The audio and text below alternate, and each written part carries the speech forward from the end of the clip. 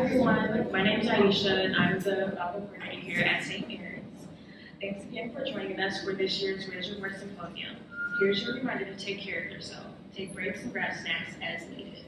The President's Committee on Sexual Violence has been working hard all year to plan Raise Your Voice 2023, but that has not been our only task for the school year.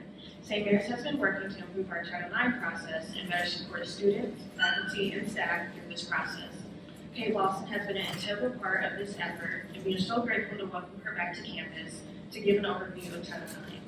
As Xavier University's Chief Title IX Officer since 2013, Lawson leads the university's efforts to prevent and respond to sex discrimination. Prior to Xavier, she graduated from Suffolk Law School in 2006 and was a staff attorney at the Victim Rights Law Center in Lawson for 6 years, where she represented survivors of sexual violence in areas of education, safety, privacy, employment, and housing. She provides training on Title IX and sex discrimination prevention and response nationwide, and has over 20 years in the field. Please welcome Kate Lawson. Hi, how are you? It's like a whole stadium. Can you hear me? Okay. Okay. I'm so grateful to be back. I got to meet and talk with many of you when I was here in October, which was an honor and a privilege to be here, and I'm so happy and appreciative that you invited me back for the symposium. I know it's been a long day, programming since 9 this morning, and 5 o'clock is a hard hour for everyone. So my goal is to share a little bit of information just around the basics of Title IX, its best practice sex discrimination, prevention, and response, and then really just to open it up for any questions that you might have, concerns, anything that I might be able to be helpful around. Let me make sure I'm doing this well. This is me, and you should feel free to use this at any point, not just while you're here, but beyond here. If you end up working in education and you have questions about Title IX, please feel free to reach out to me. Chances are I'll still be here. It's been 10 years that I've been at Xavier, as was mentioned. And if it's helpful for those who hadn't met me when I was here in October, my background is as an advocate for survivors of power and gender-based violence. And that started as a peer health educator when I was 19 years old at Ohio University, and led to my path today, and very much informs my work and my approach, and how I worked as a lawyer, and all of those pieces. So again, very grateful to be with you. So let me go ahead and jump in and just lay some foundation down. Obviously this is very informal. It's like the room at the UN, but it's very informal. So please feel free to interrupt or ask questions or whatever feels good for you. So again, laying the basics, right, so Title IX is the federal civil rights law. And I emphasize that word, those words civil rights, because I think we lose track of the roots of Title IX so much and how it's polarized and thrown around and weaponized in our culture and society today. It is, in fact, a civil rights law, an anti-discrimination law, just like anti-discrimination laws related to race and age and religion, etc. So whenever I'm talking to students in particular, I like to emphasize that because the civil rights law can be used as a tool.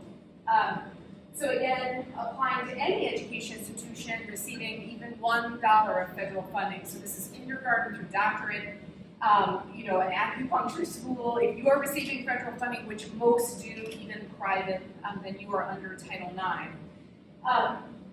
And it's programs, services, basically anything that in this context, college touches. Of course, when we're talking about discrimination, we're talking about discrimination based on sex. And that's going to include sex, gender identity, and sexual orientation. I think that, we know that over the last 10 years under the Obama administration and then the Trump administration, now the Biden administration, we've had some different interpretation of Title IX, and I'm very grateful, and to be honest, just kind of ignored the Trump years. Probably shouldn't say that, where we really, no, it doesn't apply to gender identity. I was like, no, I think it does, so it does. And so we want to be expansive in thinking about that. One of the things that's important to say, I think, is I think sometimes when people hear the word sex, and I'm probably not in this room, but like out in the world, they hear the word women. And it's very important, and this is going to be a theme in all of my remarks here just to open, is to make sure that we're very clear about the scope of Title IX, both the scope and who it applies to, the type of conduct. You know, the media gives us this very narrow picture, you know, female-identified reporting party, male-identified responding party at a party with alcohol. Is Title IX that? Yes, it is, but it's so much more. And the more narrow we think about it as a community, who does that serve? People who perpetrate sex discrimination, right? If we don't know that our rights are being violated, then we're not going to engage to push back or to implement our rights. So obviously, Title IX addresses the types of sex discrimination here, the very real, complex, consequential issues of sexual harassment, sexual violence, intimate partner violence, stalking, and then again, any discrimination or harassment based on sex, gender identity, sexual orientation, and also pregnant and parenting students and employees. That often is dropped off the list, and particularly in grad student populations, that can really be, I've done a lot of work in that realm over the last 10 years, and it's really important that we're putting that in the forefront to make sure that students and employees and visitors to our campus understand that as well. And speaking of which, again, I know that this is a student symposium, student-focused, but want to make sure we're clear that Title IX applies to students and employees and visitors. So a visitor would be an example, you know, let's say someone came to visit St. Mary's and they experienced one of these issues while here. Maybe they were at an event and they were sexually harassed. That should be coming through the Title IX office for response, and we're not hearing about that as much maybe as we should be. So, also in terms of basics, Title IX requires that those institutions that are pulled under Title IX have internal policies that define everything that I just talked about, and not only define it, but tell the community, here are your rights and options and resources should you experience these issues when you're a part of our community. And you should have a student handbook, an employee handbook that really details what we're talking about so that you don't have a community that's guessing, is what happened to me apply? Where do I need to go?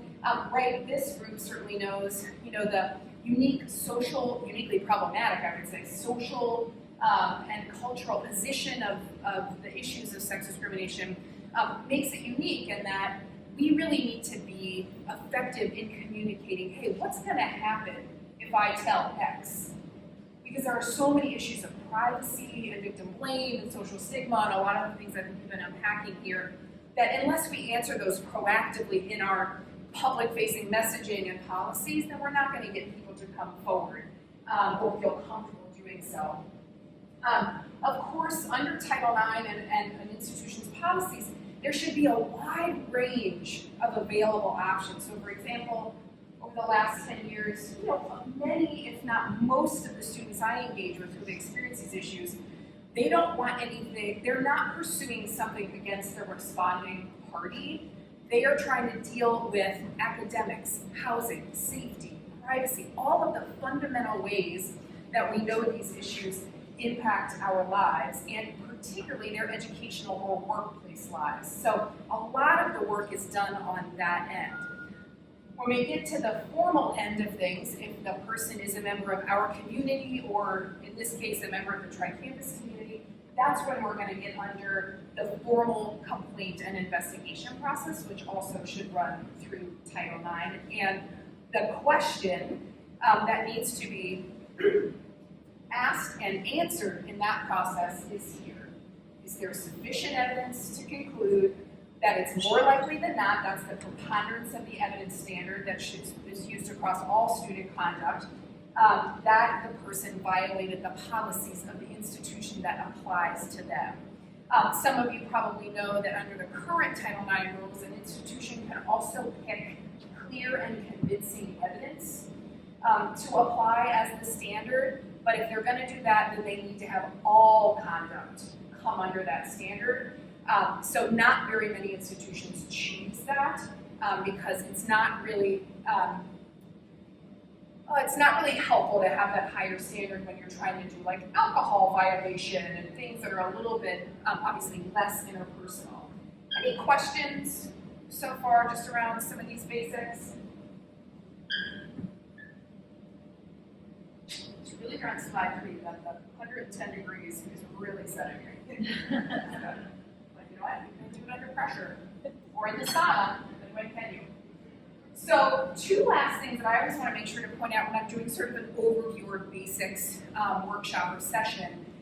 We want to make sure that it's clear to the community that the institution is responsible for responding to, I'll use students from here, addressing the effect and impact of sex discrimination that it is having on them in their home campus community, regardless of whether the person engaging in the behavior is in that community. So if I am dating someone from another university or college, or I am,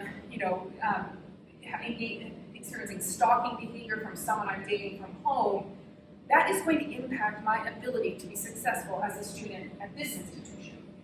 So we need to be responsive, and actually, I'll share some numbers about the kinds of case numbers that I see at Xavier, obviously a little bit different, but we can kind of scale it. Almost half of the cases that I respond to are students who are having impact, negative, detrimental impact, whether it's well-being or mental health or academics, whatever it might be. But the behavior is not coming from someone at Xavier, it's coming from someone outside of Xavier, right? Maybe someone who goes to the University of Cincinnati or someone from their hometown.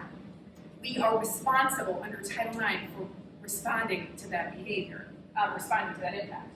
And then the second piece, which is probably more obvious, but is not always obvious to everyone, is that everything I just talked about is entirely separate from a student or employee's additional and separate right to engage with the criminal justice system if the behavior they're experiencing violates, let's say, the Indiana criminal law, right? 2 separate paths.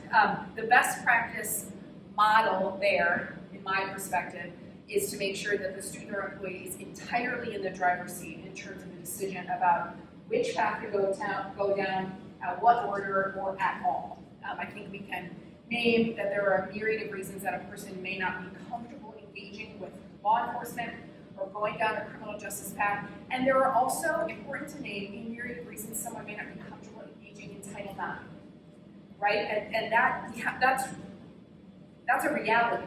And I think if we're not doing the work grounded in that reality, we're remiss. So I would say at Xavier, this many people experience sex discrimination. This many people, tell someone at all, tell another single human being at all. This many people connect with our confidential advocate. To me, that's the #1 resource on a campus, #1. To get that confidential, expert, rights, options, resources, emotional support. This many people to Title IX, this many people to Xavier Police, and point, head of a pin, any criminal action whatsoever taken. I can share that at Xavier, 10 years, over 1,000 cases that have come through, the full spectrum of sex discrimination. Maybe 2 have seen any criminal justice action, any prosecution. This makes me insane. But it answers the question, why didn't you just tell the police? Well, I think we've gotten the memo, right? About what that experience is like, which is not to say that I don't have phenomenal, excellent colleagues who are detectives or prosecutors. It's not the people, it's the system, right? And in some spaces, that can be the experience of Title IX, and that needs to be named as well.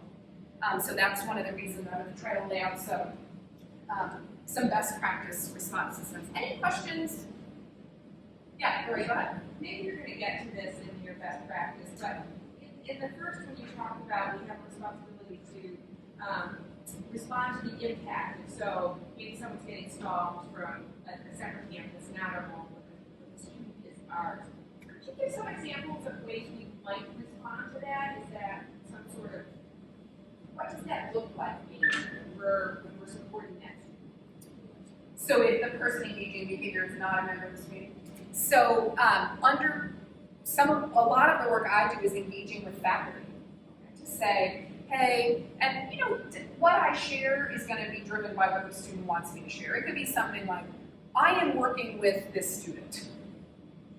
People know what I do at Xavier. I don't need to say any more than that. And it could be a million different things, right? So you just leave it at that. She or he or they have experienced sex discrimination, and I understand they have an assignment next week. It can be as nitty-gritty as that, but it goes to the whole faculty and the dean, as long as that's what the student wants. So a lot around academic accommodations. Another example, and the examples are endless because students' lives look so different, each student's life, but another one would be, let's say a student is, like a lot of things I respond to, a student will be on an externship and they're experiencing sexual harassment there. Well, don't think I'm not getting involved with that, right? If they're like, what am I supposed to do? I'm like, well, I think let's call your supervisor. Like, helping them navigate that world. Now, do Xavier's policies apply in the externship? No. Do they apply to this person sexually harassing them? No. But in partnership with that student, I can help, like, what's going on? And also, like, is Xavier interested in still partnering with this externship partner? That's going to be an assessment. Other pieces where you're going to be like, more obvious things, counseling, advocacy, sort of the emotional well-being. I've definitely had cases where someone may have experienced behavior from, let's say, someone they're dating or hooked up with or whatever outside of our campus in their residence hall, their own Xavier residence hall, and moving them from that space. So it's really just backing up and saying, like, how has this impacted you?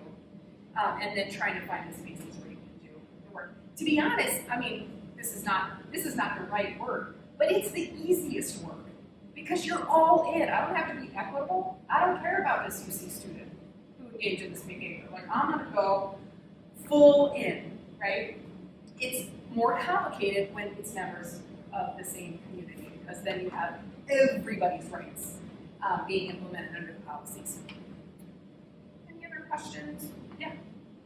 So in regards to externships, that's through the school. So why would Title IX not still be doing the same thing if they're off campus, if it's still like technically education-based, like classes off campus? Yeah, that's a great question, and there's sort of a distinction there. So 100%, that is a program, like the externship is arranged by St. Mary's. But if the externship is at Target, and there's an employee at Target who's hurting the St. Mary's student, the Target policies, like we can't apply institution policies to a Target employee. So the hook is that we're going to support the student in all of the ways that their lives are here. And then we're going to help them navigate, like, hey, what's the complaint process at Target?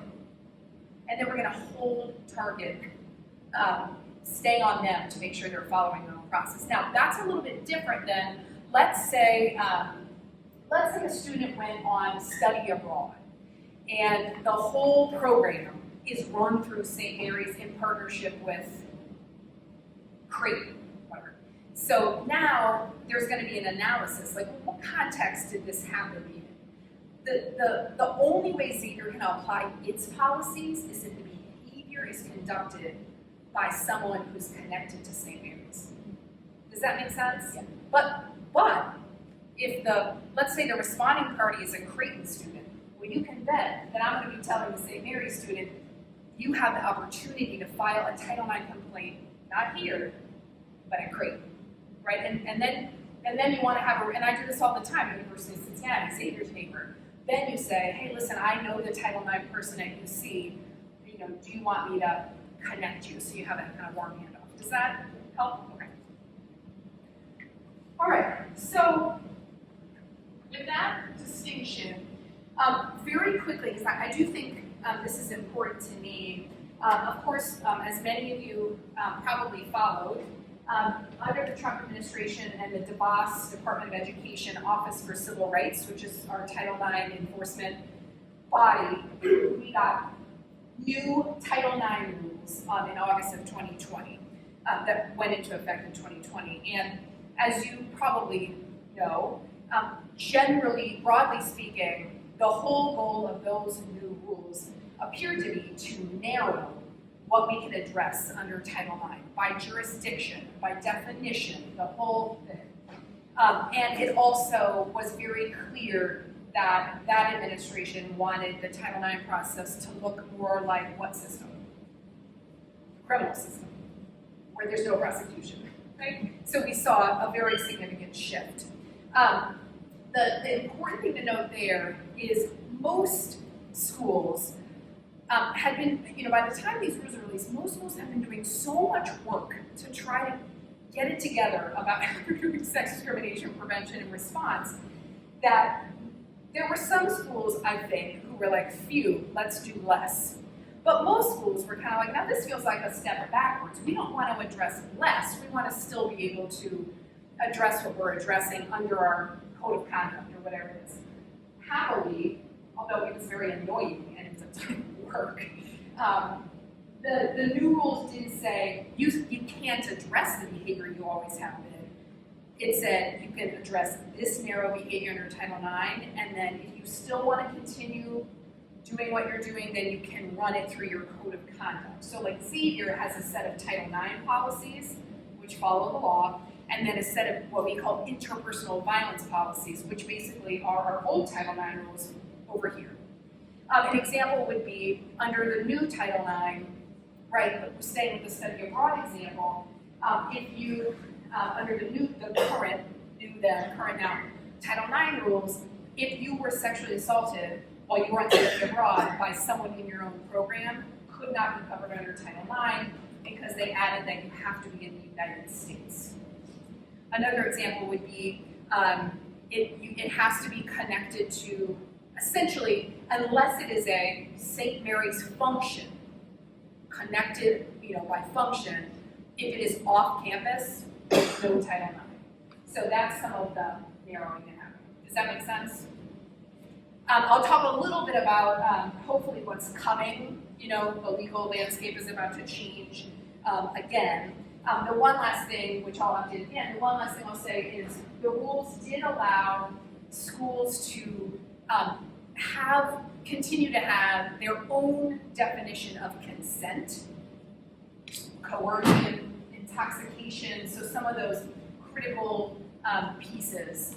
So for example, at Xavier, that is common to both Title IX and interpersonal violence, which can be helpful for students who are trying to understand what policies we're going under. Okay.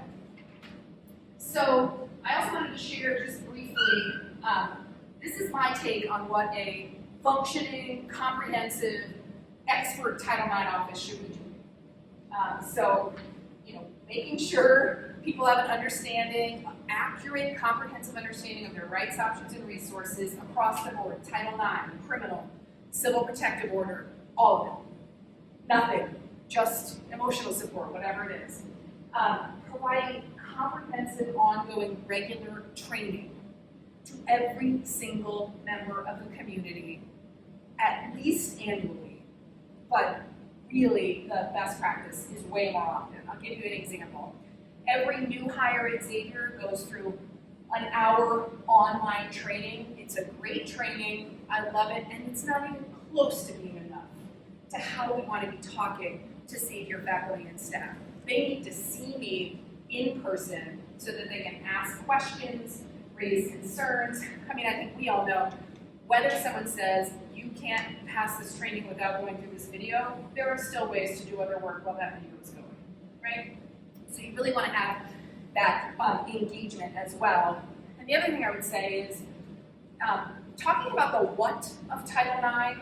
Here's our policies, this is what to do, if you need to report. Yes, of course that's important.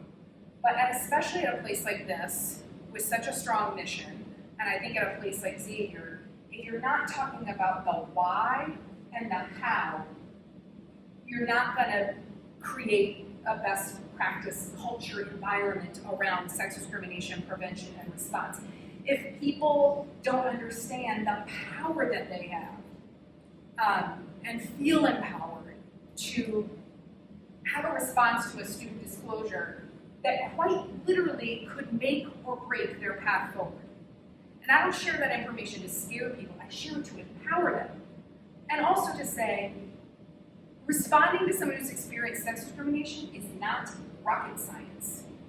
All you have to do, I'll say, I think I shared this list when I was here in October, I'll say to people, faculty mostly, how would you respond if someone come up and tell you, like, their grandma died?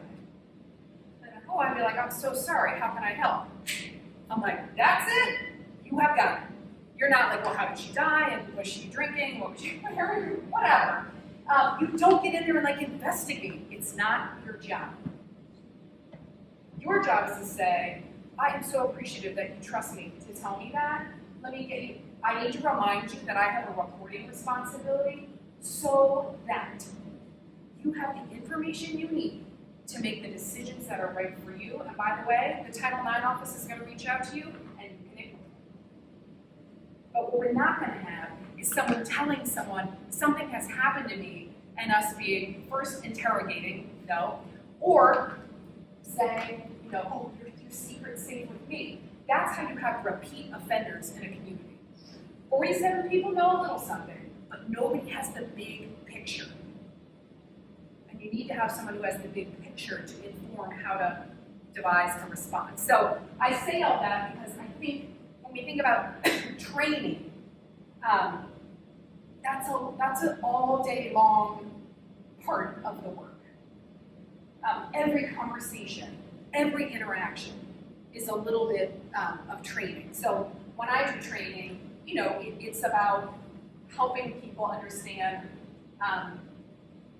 what a best practice response looks like and talking through some of the unintentional ways that their words or face may have a survivor step back instead of continue to step forward.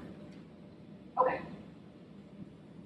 Well, and I guess I'll say here, what an institution has to decide under the current Title IX rules is everyone except for confidential people, which would include counselors, advocates, people who have privilege due to licensure, docs, nurses, all of those. Are you going to have everyone else have a reporting duty to Title IX? And that can be a little jarring for a community. Whoa, that's a lot of people. That's what I did when I got to Xavier 10 years ago, because I wanted there to be consistent, excellence, trauma-informed response to every single reporting party. And it made a lot of people upset and uncomfortable. And with those people, I sat down one-on-one. Help me understand, what are your concerns?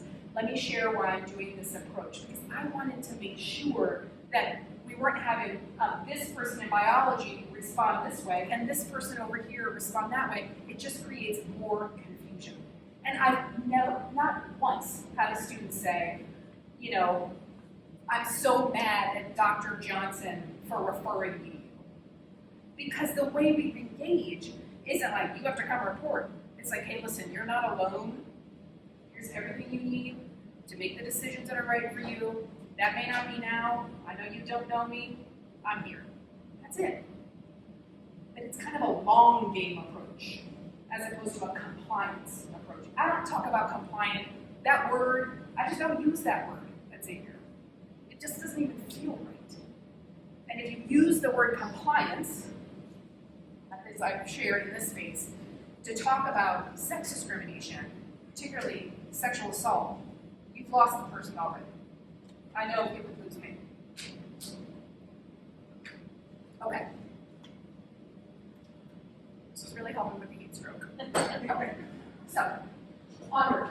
In a formal space, we're talking about a Title IX office needs to do an equitable, comprehensive, fair investigation, protecting the rights of all parties. And I am a person who believes you can do that with excellence at the very same time that I use all 26 years of my experience working with students who have experienced sex discrimination at the exact same time. Those things can happen together. But it is something that a community needs to see demonstrated. When I first got to Xavier, people were real skeptical, as they should have been. Xavier had 3 Office for Civil Rights complaints by survivors. They were just coming into a voluntary resolution agreement from an OCR investigation. It was a wreck. The only thing Xavier had going for it was saying, this is a wreck. We need someone who can lead us out of this and through this. And people were really skeptical. And I would have been nervous if they hadn't been, right? It was every interaction, conversation, you can't just say it, you have to demonstrate it. And it takes time, and it takes relationship building, and it takes a full-time position. So I also respond, a good Title IX office should also be responding not just to individual complaints, but pattern and climate issues. So I remember I was, this was maybe 4 years in at Xavier, I was like helping set up an event with a student, and she said something like, oh yeah, like real offhand, we were just chatting, and she was like, oh yeah, no, everybody knows if you go to that house, they'll put something in your drink. And I was like, what now? And she wasn't intending to report, but it was a known issue, and I investigated it, right? Because that doesn't stand at Xavier, like, oh yeah, no, everybody knows a house where someone's gonna put something in your drink. That does not work under Xavier's mission, and I suspect it will not work here. And then, of course, the thing I've been talking about the whole time, which is this holistic, broad spectrum of ways that we can support people who have been impacted by sex discrimination. Okay, what time is it? I have no idea. 5:35. Oh, okay, good. I'm almost done, I promise. So, speaking about that commitment to process fairness and equitability, you want to make sure, as a best practice, again, that you're running a system that really has built-in checks and balances. We all have bias that we bring to the table, we know this, around a whole variety of issues. So a best practice investigation and complaint resolution process, so this is where we're filing that formal complaint, should have built-in systems of checks and balances. For example, I am the investigator at Xavier, and I'm the person who makes sure that everyone's rights under Title IX or interpersonal violence are being implemented. When I conduct that investigation, I'm doing very comprehensive information gathering. I'm not making findings, I'm not weighing credibility, none of that. If there is enough evidence to go forward, then it goes to the Dean of Students' office for a student responding party, or Office for Human Resources if it's an employee. Then there's a whole other group of trained, highly trained individuals who are the decision makers after a live hearing by Zoom, but live. So a lot of institutions before these new Title IX rules had one person taking it all the way through. That's a problem. Because it doesn't have the checks and balances. You really want to have these different roles spread out. And then, of course, within that process, there's so many rights, and I'm sure these are familiar to you. Right to an advisor, including a lawyer, right to understand the allegations, all of those pieces. Doing it this way is really hard. It's really hard. It takes a ton of time, it takes extra effort, it takes presence. But if you're not doing it that way, I can't see how we're doing it right. I can't see how we're doing it aligned with mission or values. If it's easy, it makes me very nervous. When I was here in October, I talked a lot about how, basically I'm uncomfortable all the time. And if I'm too comfortable, I'm like, I gotta get back on that tightrope. So that's what that work should look like. And you can read the rest of these here, but I just wanted to share some of those rights. I've talked about this, I think it's probably coming through, I think a best practice sex discrimination leadership position and Title IX more narrowly, really needs to run every single policy and implementation of that policy through the lens of the mission of the institution. I also think that very high visibility and access to Title IX is a key component. It's one of the things that I am so committed to. Like, there's not much that I will not put down to respond to a reporting party email within an hour. It is the priority, and it's just a practice. I will leave a meeting. I mean, I don't care who it's with. That's the job. And even some of the hardest work, I think the most important work, is when someone comes to tell me something that maybe doesn't rise to a policy violation, but has impacted and harmed them. That's the hardest conversation. And you have to have someone, I think, who has that sort of soft skill to be able to have that conversation and still have that person feel heard and respected and kind of your dignity upheld. The last thing I'll share is second last, is for me, a best practice Title IX prevention and response system must prioritize confidential resources. To me, this is the top issue. If you have a strong set of confidential resources, sometimes people think, oh, that will mean people will report less. It's the total opposite. If people get comfortable and services around, and because our advocate, and I think the advocate here, also doing work, academics, safety, housing, all of the fundamental areas, if those things are addressed, maybe I'll go talk to Title IX. But expecting someone to go from incident to my office, it just doesn't happen.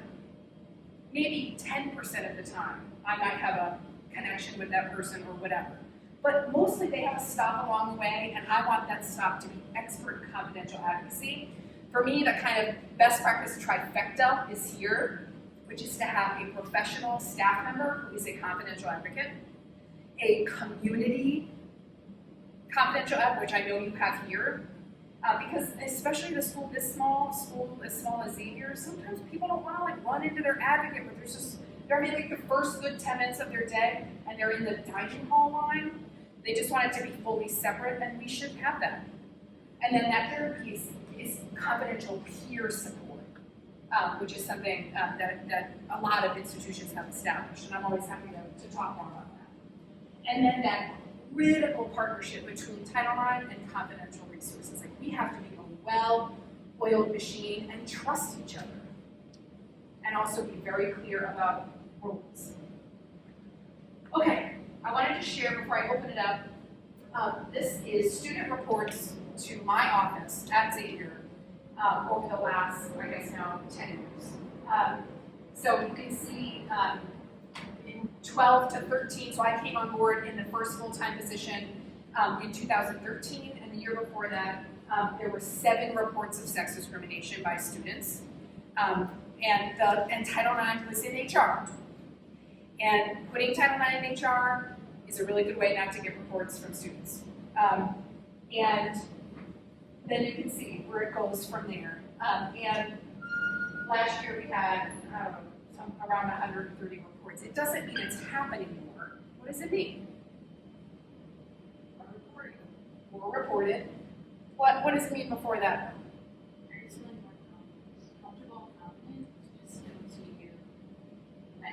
You're also in spaces that are where students are. Yes. And even before they get to me, who are they getting, what's happening before they decide to report?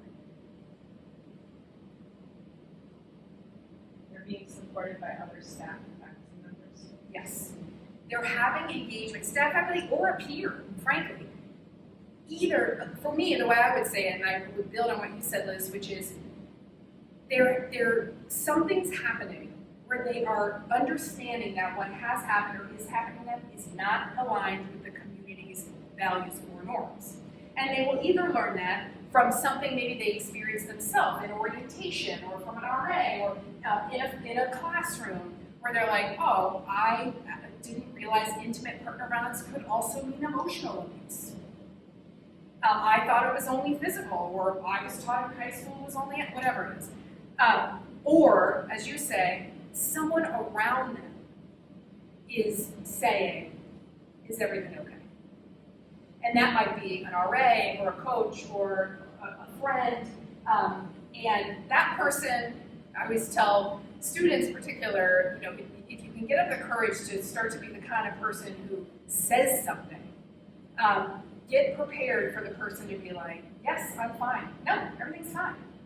But I guarantee it, 3 months later, when things are not fine and getting worse, they are going to remember that you saw them.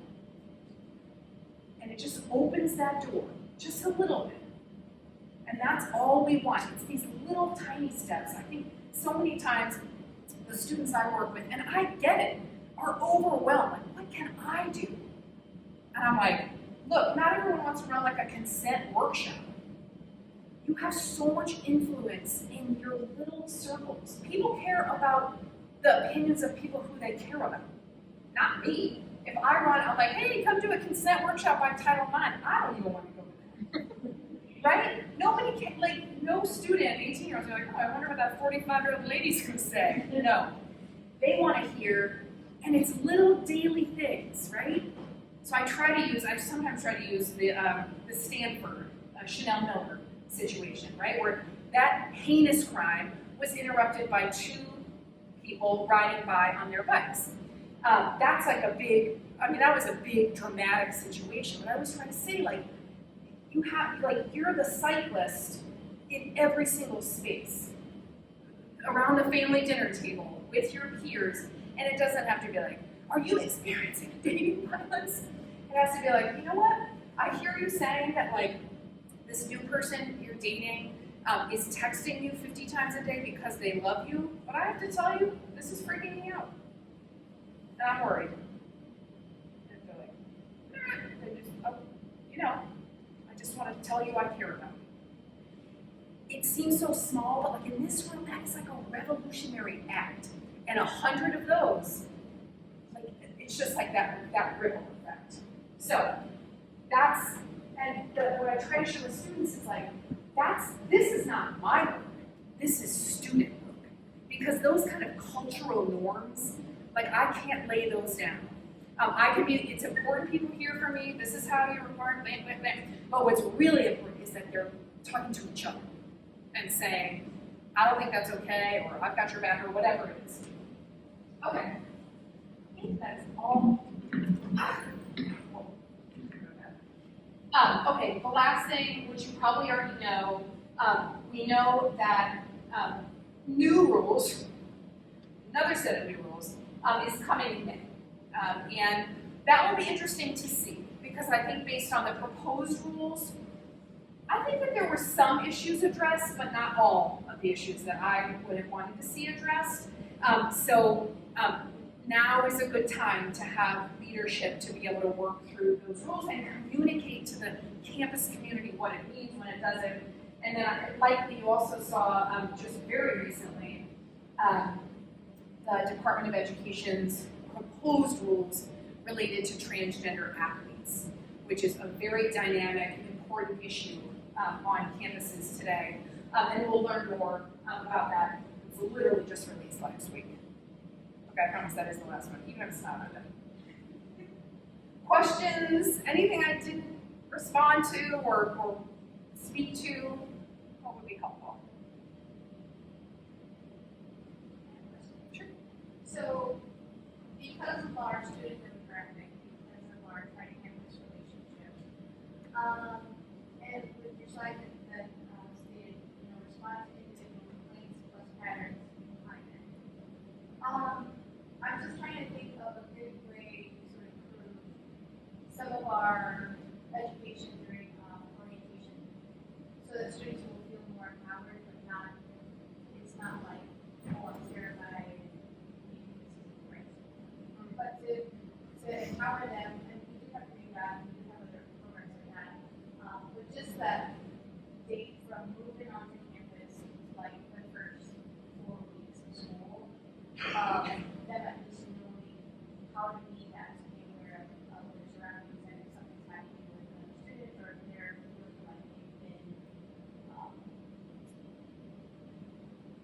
a survivor of some kind of harassment or I'm looking more at because we do have those kind of client stories of alums or student leaders of having those kinds of associations like don't go here or we can go this or this is called this. So how do we change the climate to address it without making it a negative kind of approach or a negative light or anything, but really more showing the art? That's such a great question, and wow, isn't that a $1 million question? Striking the balance. I don't have like the fix for that. I do think that if you even just reflecting on that and having an awareness that you're trying to provide information to empower students without kind of a fear-based approach is already like lightning years, I think. Even if through that lens, a couple of things come to mind. One is, I think we want to be really direct with students about our concerns about striking that balance. I think sometimes naming things instead of sort of trying to, work around them is okay to do. The first thing that occurred to me is to help to ask student leaders for their input and maybe even to have them co-lead or, sort of be the deliverer of the message. I also I also think that one of the ways that I've tried to move away from sort of fear-based prevention is to be really clear about how ineffective it is and how it just anything where you're like, be careful here. I want students to get angry about that. So that's how I sort of come to prevention. It's like, you should be outraged that there is a place here where you could get hurt. And singular outrage is one thing, but collective outrage is another. Now, we're never going to be able to teach the power of like collective outrage and activism in the first 4 weeks, just like we can't teach consent, even though the nation appears to want us to, and we will try. But I think if we can start to try to shift sort of the mentality, but it is like long-term work. These are students, so many students who have come and they've heard for 18 years, fear-based, cover your drink, wear this nail polish and it will turn a color if you've been given a drink. I mean, and helping students be like, hey, and I've had students come and be like, hey, should we bring this nail polish to campus? And I'll be like, well, let me ask you this.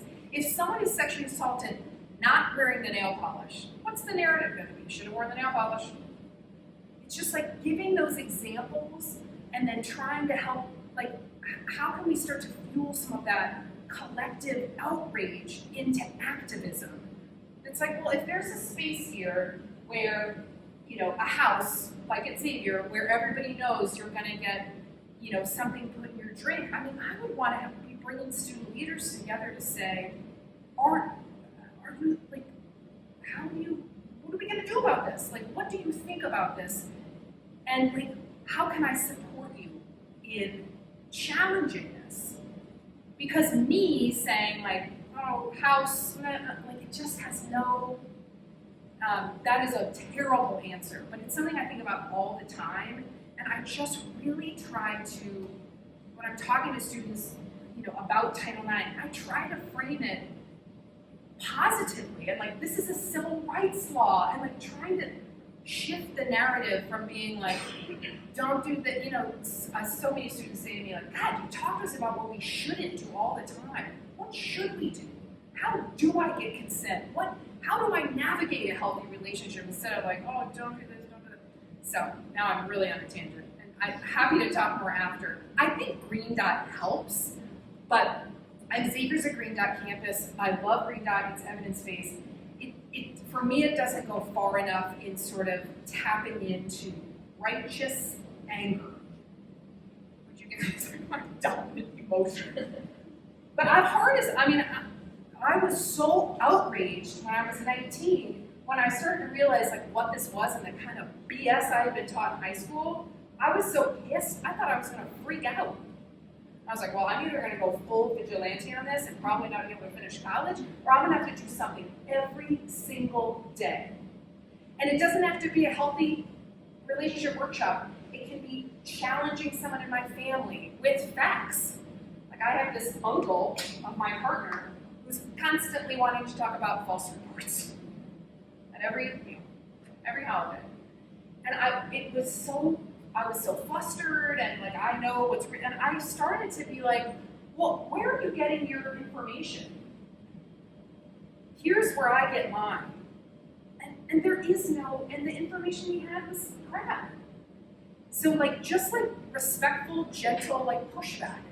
Well, that's really interesting because I've heard that reports of false reports, according to the FBI, blah, blah, blah. It's these small one-to-one. And it was in front of the whole family. And it basically, the lesson to him was, don't come for me at Thanksgiving dinner. Right? What other questions? I'm wondering what your suggestions would be, especially when at a college like this, where a core part of its identity is being Catholic in an all-inclusive institution, how to make conversations around Title IX or make campus safer for people outside of the gender identity. Visibility, like vigilant visibility. Always, like, my hope, I mean, to me it feels like ground level work to make sure that all of our things are gender inclusive around pronouns, and also there is no presentation that I did in which there are not examples across the gender identity spectrum, because I'm not making that up. That's real, right? Like that's based on real cases. It's not like, oh, I'm just trying to be gender. Like I have worked with, so I think creating a culture where it's not optional to not do that, and maybe for those who may struggle with that, to, if possible, what I would want to have like some one-on-one dialogue. I think people get anxious around this, and I may be assuming that their concern is something that it's entirely not. So having some one-on-one dialogue. I also think that, but this is a heavy lift for folks who have a gender identity or on the gender identity spectrum. It's hearing people's personal stories of discrimination or harassment based on their identity has a real impact. And as I say that, I also realize that that is a heavy lift, right? So how it's like a both and there. I want to say something about like, dialogue and blah, blah, blah. That's a terrible thing to say. I personally, I'm going to share this here, I struggle with, it can be really challenging to constantly, want to be talking around or about and like sharing. That's one of the reasons I love my job is with the law. And so sometimes, like, if someone is like at Xavier, 100% in the last 10 years, I've definitely dealt with cases in which a faculty member would not use the pronoun of the student. And that, to me, that violates Xavier's policy in Title IX, so I'm gonna get in there. And one at a time, word travels. And also, like, having that dialogue, like, I've definitely had faculty members like, oh, it's just too hard to remember. And I'm like, you know what else is hard? It's about to be this investigation, right? It's like, it's too hard?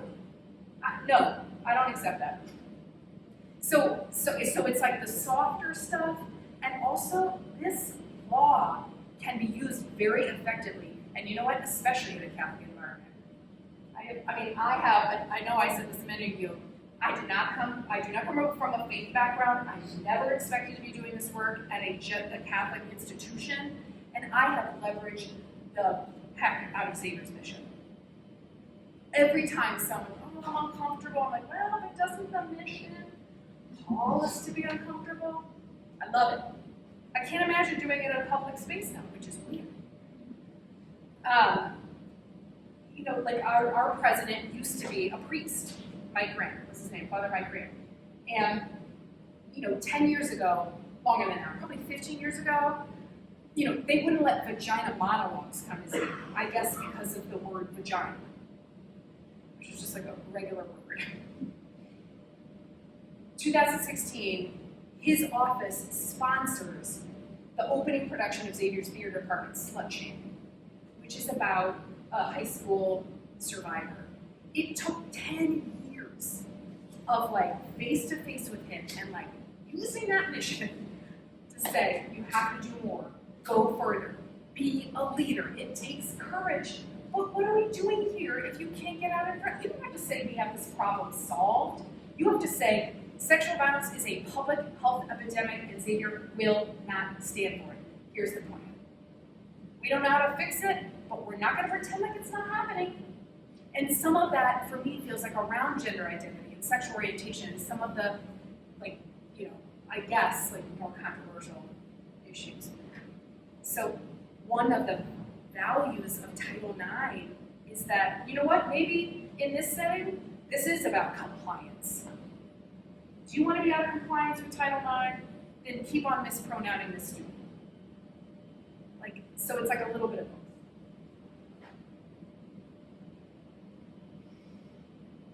Anything else? I like getting with righteous anger. It's not a bad place to be. Yeah, that's what gets me up every day. And and students. I'm so grateful for students. That's where I feel so much better knowing that you all are coming. You're here and coming because you're the next judges and prosecutors and all of it. And if you say this is not okay, then it's not going to be okay. But it takes courage and collective courage, and there's so much backlash for standing up, right? But if 2 people do it, 3 people do it, 5 people do it, then it becomes the dominant culture. But it does take time. Well, I am so appreciative for you being here at 9 o'clock at the end of a long day. And if there's anything else I can do, let me know. Ms. Redden.